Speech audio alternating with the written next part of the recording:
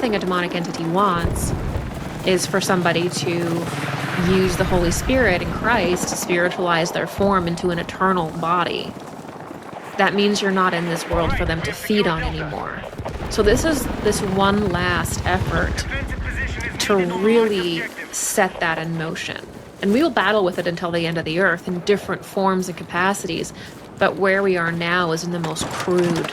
And I think we have a lot of potential to make it a lot easier in the future if we can confront it now. So there's this weird twilight period where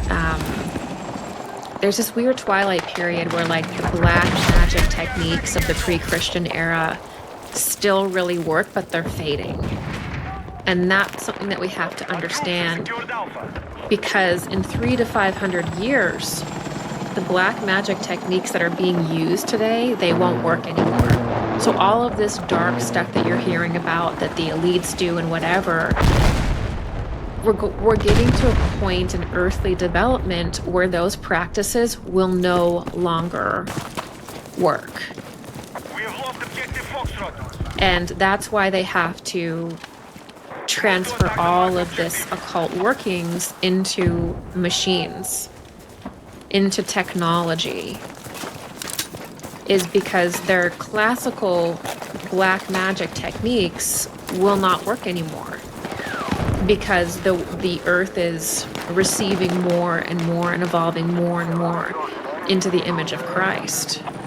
And so they have to change what they're doing. And this is why the Antichrist is associated with technology in anthroposophy, is because they have to transfer all of those old rites into an externalist way of existing still, because they refuse to turn inward. Okay.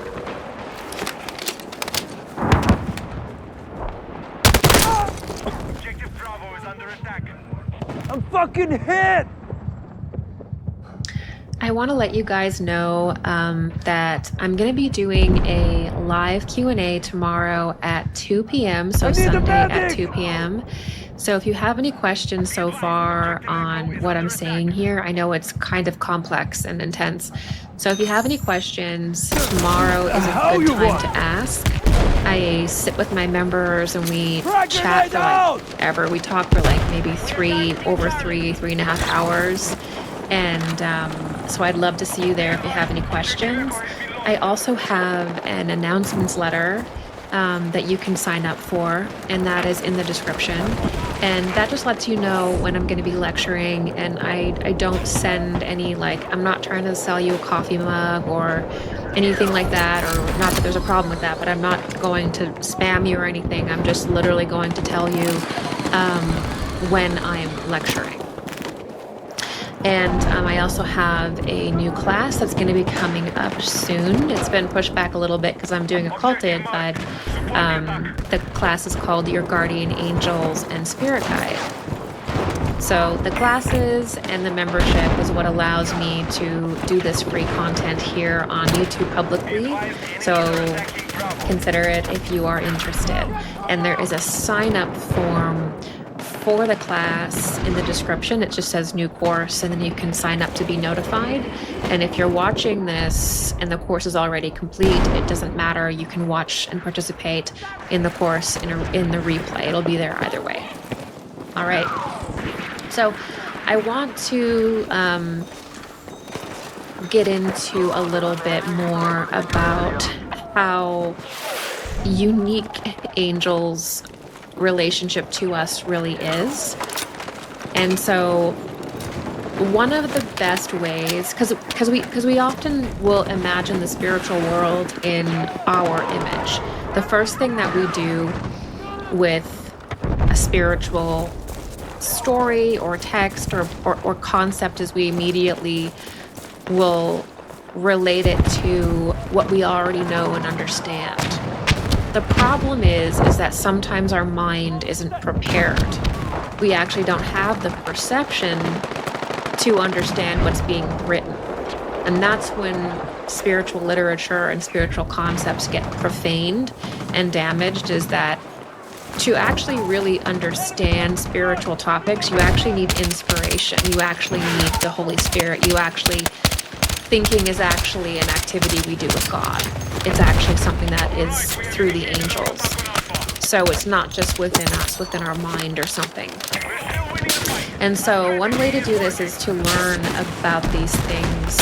And I find that this statement that Rudolf Steiner made on the angels, how angels sort of appear and are active in our world, I find it to be very good. Now, I've sort of paraphrased this, but this lecture is from the Spiritual Hierarchy series, so GA 110, the spiritual hierarchies and their reflection in the physical world. And he says, if you want to look for an angel, you must keep in mind that his physical part is something like a mirrored reflection of his spiritual principles, which are to be found only in the spiritual world. So the actual core seed of the angel is only to be found in the spiritual world, and the angel is sort of reflected into this world through nature and through people. So the angel isn't existing in the natural world like we are walking around, because we are the beings of the natural world. But they exist in a different way in this world. And let's get into what that is.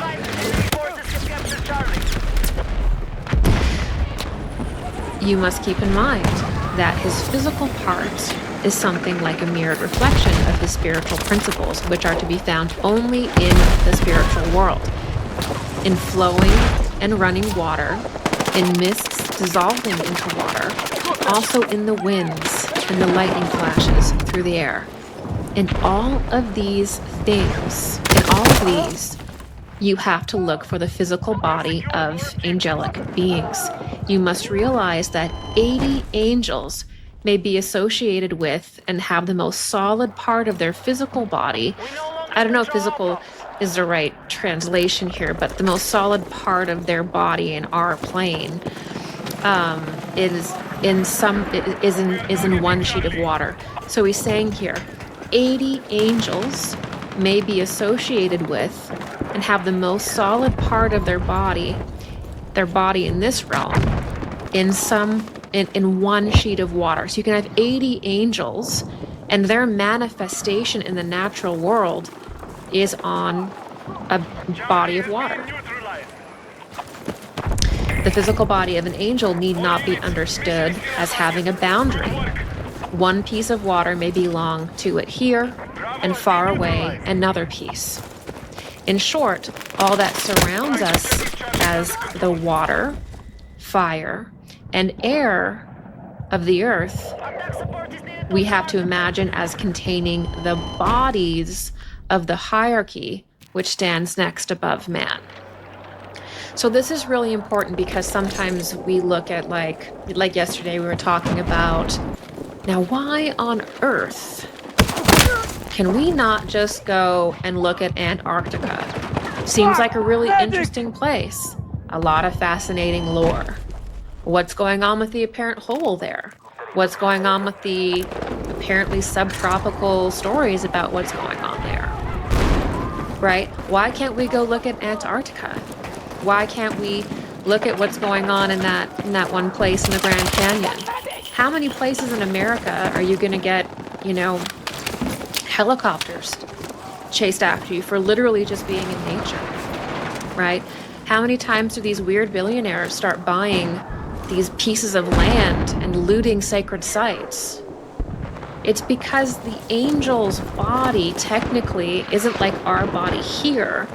You can have one angel in one location and another part of it is in another location. And so we have to see the spiritual world. We have to see ourselves as being within them, and these certain locations as having certain pieces of certain angels. Makes you wonder a little bit about the big deal about the Holy Land as well, right? Why are there all these wars going on that don't benefit us at all, but seem to be surrounding some pretty archaeologically significant locations. Interesting. So, the ultimate goal of modern-day magicians is a large-scale ritual that entraps the entire Earth. To accomplish this rite, these occultists must use super technologies like nuclear weapons and nuclear plants on the moon, satellites, super technologies on Earth, all of that stuff we've already talked about. Through these activities, they must generate huge amounts of electricity, magnetism, and radiation around and on the planet that distorts and overpowers the Earth's natural energy body. Over time, a completely inverted and synthetic energy body is created that smothers the mother, that chokes out the Earth. Here, nature is completely overpowered, and the mad scientist cult asserts themselves as the new goddess and calls forth the Antichrist and the higher fallen angels that paved the way for him. So we are seeing a lot of this weird kind of like gender bending stuff that's becoming more and more common, these questions about male and female and things like that. In the dark occult, the dark occultists will naturally take the position of the goddess, actually, because the real masculine position in spirituality is the Christ. The Christ is the highest solar spirit. The Christ is the most upright. It is the second person of the Trinity. It is the most masculine. It is the Father embodied. He is the Father embodied. So there's nothing that is the masculine principle. That's the ideal masculine principle, is the Christ, right? So if you're not doing that, then you're automatically becoming the goddess. You're automatically making yourself, you're automatically feminizing yourself. This has nothing to do with transgenderism or the political stuff around being gay or straight or transgender. I'm talking about, in occultism, the masculine principle and the feminine principle, which is the positive charge and the negative charge. So if you're not attuning yourself to Christ, you are therefore in the negative charge. You are therefore in the feminine polarity. So you are therefore in that role. And the only thing that can actually be that role is really the feminine, the goddess, the Mary, the Sophia.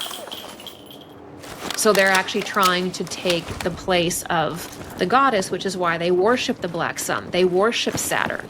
You know, they worship, they have these weird ideologies that actually place them as in the occult position of female.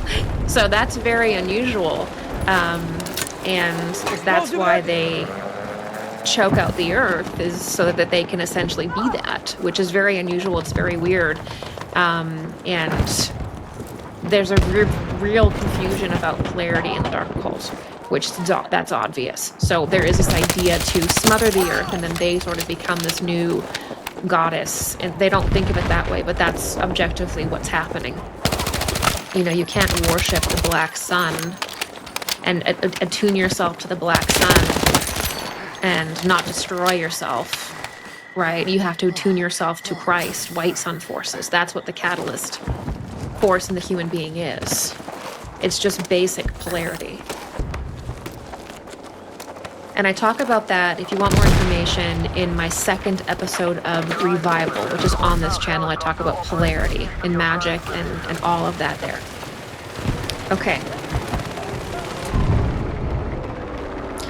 The synthesizing of the earth also detaches it from the natural spiritual beings that seek to protect it, the spiritual hierarchy. So once you make the earth completely synthetic and this like ball of electricity and magnetism, it becomes harder for spiritual beings to break through that, because now there's this completely unnatural environment that works against them, because angels are nature.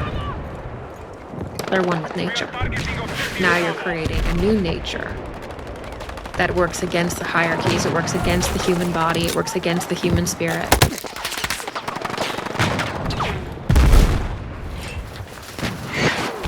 once these technologies, which are created in the image of man, and all technology is created actually in the image of man. I was posting recently because of the announcements about UFOs and technology, and a lot of people will go back into spiritual texts and they'll say like chariots of fire or Ezekiel's wheel. And because we're so interested in technology in our era, we look at technology and we say like, oh, well, they must be talking about technology. But in reality, advanced technology tends to mimic the human body and mirror human processes. So the technology that we're creating is actually mimicking and mirroring the human body and human processes.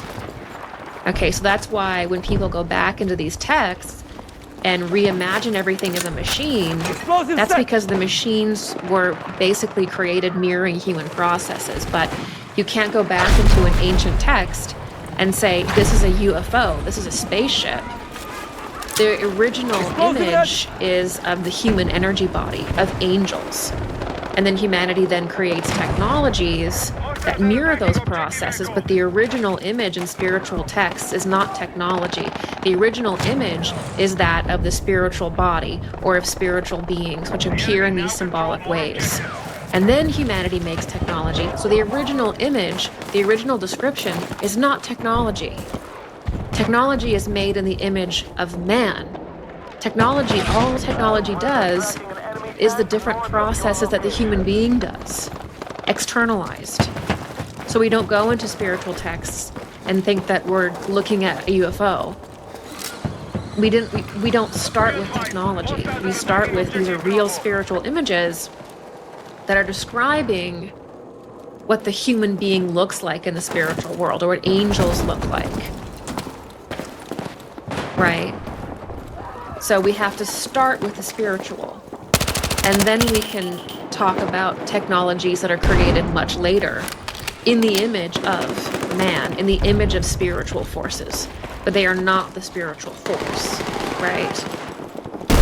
So you cannot rightly say that this image of Ezekiel or this image of, chariots of fire are describing a machine when these clairvoyant images existed to mystics long before any machines were made, right?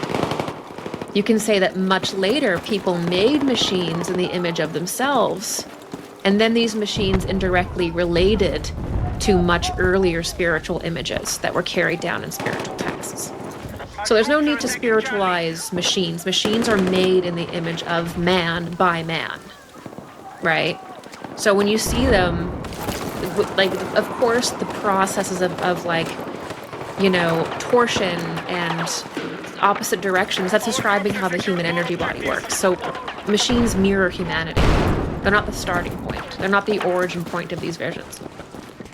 We're still winning the fight. Our strategy is working. All right, we've talked about the eighth sphere. Let's finish out our conversation here talking about relics and the archaeological wars that are going on. So we were just talking about how ceremonial magic works when you're trying to access a very high spiritual being like an Archai or a time spirit and beyond, is that you have to create this kind of large-scale vignette of different epochs on the earth. And just like how the angels have one part of their body in a body of water, another part in a lightning bolt, the higher you go into the angelic world, they actually have part of their body in just like a time, or just like an event. It's not even about being in nature as we know it, but it's almost like they're living in the remnants of past events. So when you have these relics and these archaeological sites and these artifacts, they actually access the spiritual world. And you can use them in a certain way, all of them together with technology to kind of thin the veil and summon a lot of very dangerous things. So relics are part of this. They create this kind of image when they're arranged, and everything is done in a certain long-term sort of process where it communicates something to the higher angels, and it kind of opens the void, if you will. So the artifacts are used to create a vignette, a spiritual vignette, if you will.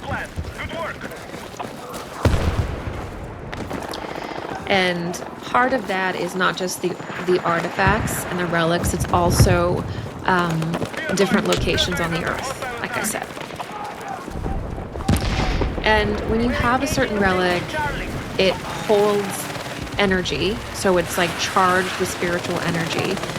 And they also hold the image of the event in which it was forged. I'm bleeding out, medic! So the spiritual forces of the people, of the angels, of the earth itself, of elementals kind of get charged into one object. Like, take the Spear of Destiny, the alleged spear that pierced Christ's side. That was a ritual for dark occultists. The crucifixion of Jesus was a dark occult rite for that order. And when the side was pierced, right, that became an occult item for those people. So that's an occult ritual item that has the essence of Jesus, of the crucifixion, of the Christ. It's part of it. That becomes a item that can be used to mock the crucifixion. That becomes something that is a very powerful occult item.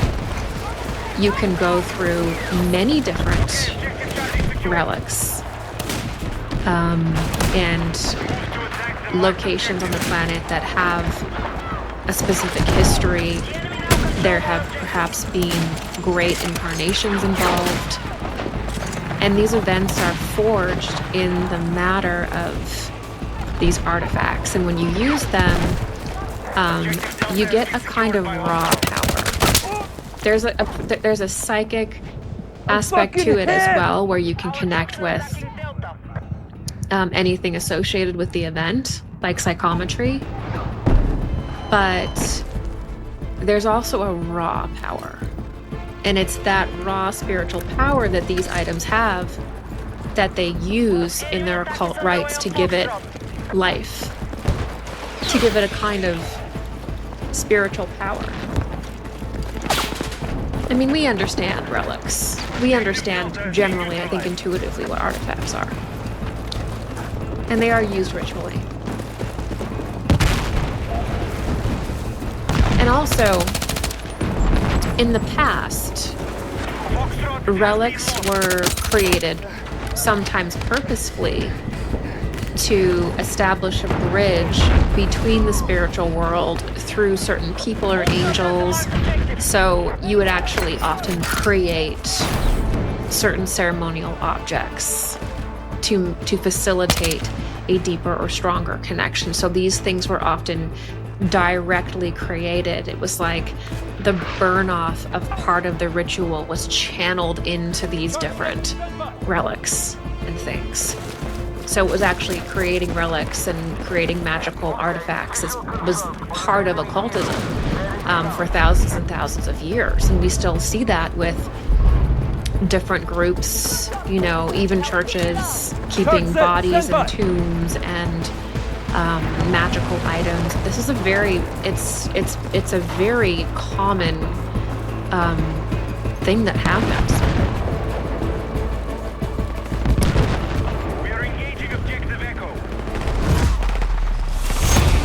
So another way we